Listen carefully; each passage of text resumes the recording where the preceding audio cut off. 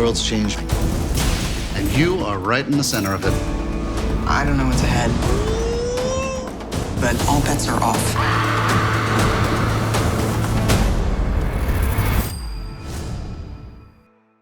How about Michael Chandler in what could be, BC, could be the last fight of his Bellator career, stopping Benson Henderson in, I think, under 3 minutes, something like that, inside the first round, only the second person to stop Benson Henderson. And I think this was, with strikes anyway, I think this was the quickest. So the question now becomes, at 34, does a move to the Ultimate Fighting Championship make sense? I'll go first on this one, if I may. And the answer is, I did not think so heading into this fight.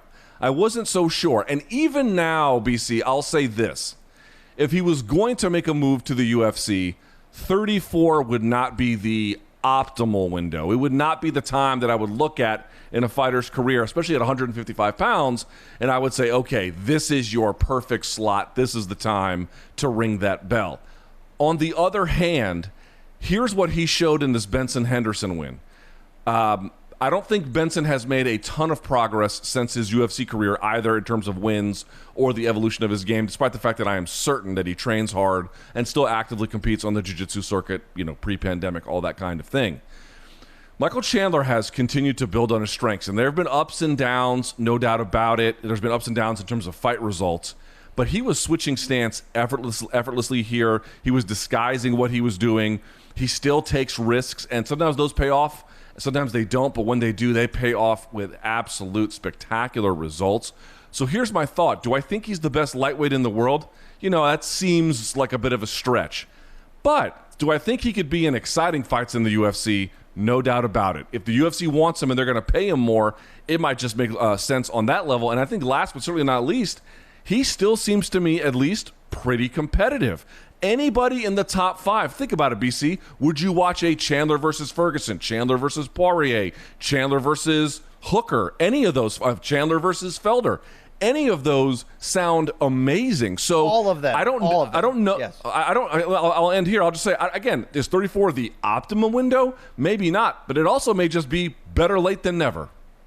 Well, I think it may just be better late, Luke. And I think you sort of touched on some of that. His game has evolved. I mean, look, 34 ain't young, but I think he's come to a point where his physical and his mental have meshed at a level that I actually think this is his absolute prime. Yes, he was maybe, a little bit more aggressive and or durable at different points in his career, but he's always a guy who, to your point, will take big chances, will lose some fights, can get hurt. I mean, why did he mesh so well with Eddie Alvarez? Because they're very similar in a lot of intangible categories. But yes, it's 1,000% time for him to find out how great he can be. He's too great of a fighter, Luke, to have gone his whole career without moving up to that highest level. And it just so happens right now that we're at a historic point in the UFC lightweight division. I mean, it is all killer, no filler. If it was a different division, you look at Bellator right now in featherweight, bantamweight, welterweight. Look, they got stocked enough lineups where you could make arguments and say he's got enough world-class competition there to stay.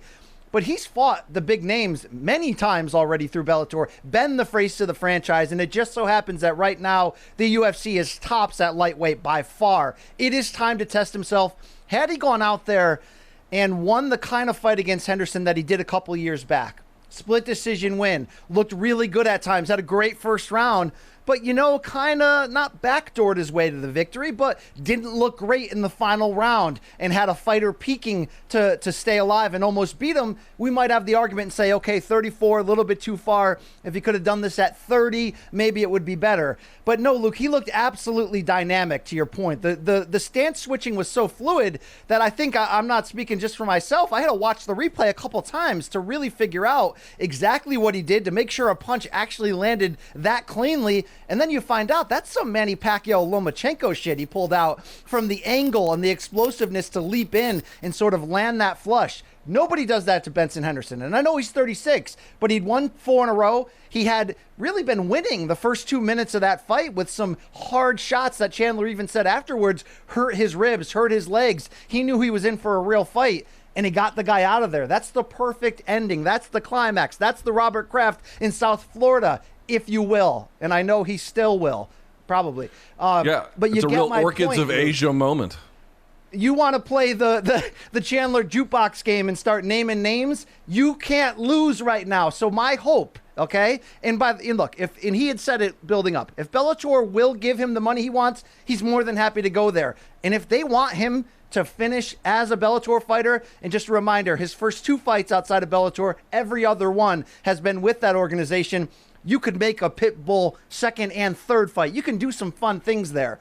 But I think it's time for him to get in that jukebox, and we'll just pick the numbers. If UFC will pay him what he deserves, Paul Felder might be the Cowboy Cerrone celebrity gatekeeper of this new era, where if you're Dana White and you're looking at the right name to test this guy on the way in, good God, a Felder-Chandler fight would be insane. We also know Chandler's been saying publicly for 2 years that he feels he has the unique skill set to beat Khabib. I know what you're saying. I'd like to see it, but I know what you're saying. But a fight that won't happen. But could you imagine Michael Chandler, Conor McGregor right now?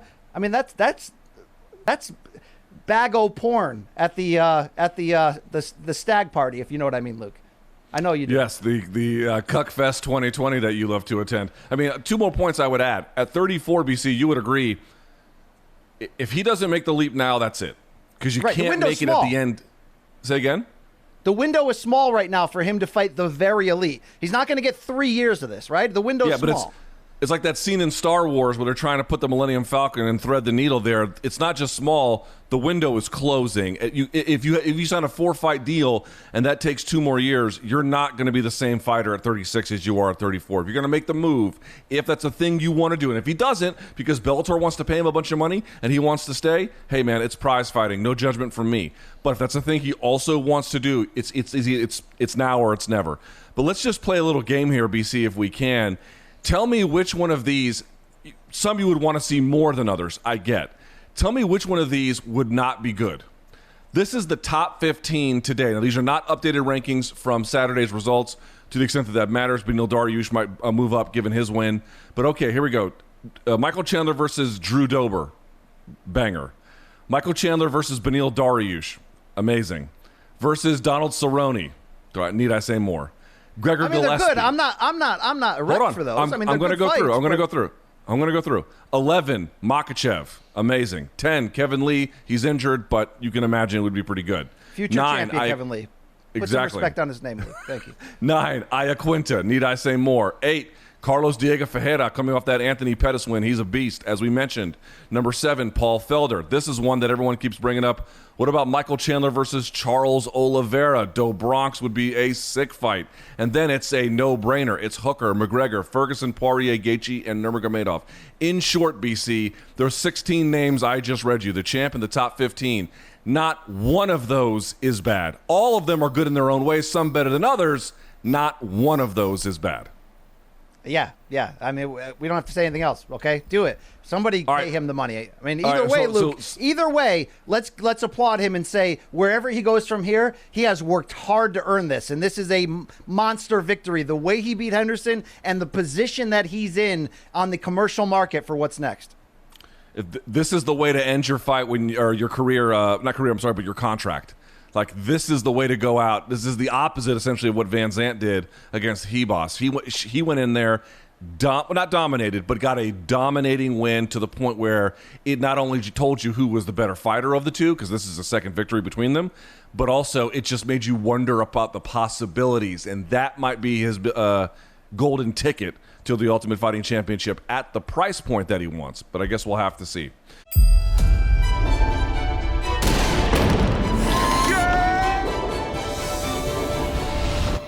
Are you in?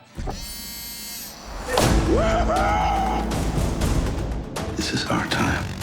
The world's changed, and you are right in the center of it. I don't know what's ahead, but all bets are off.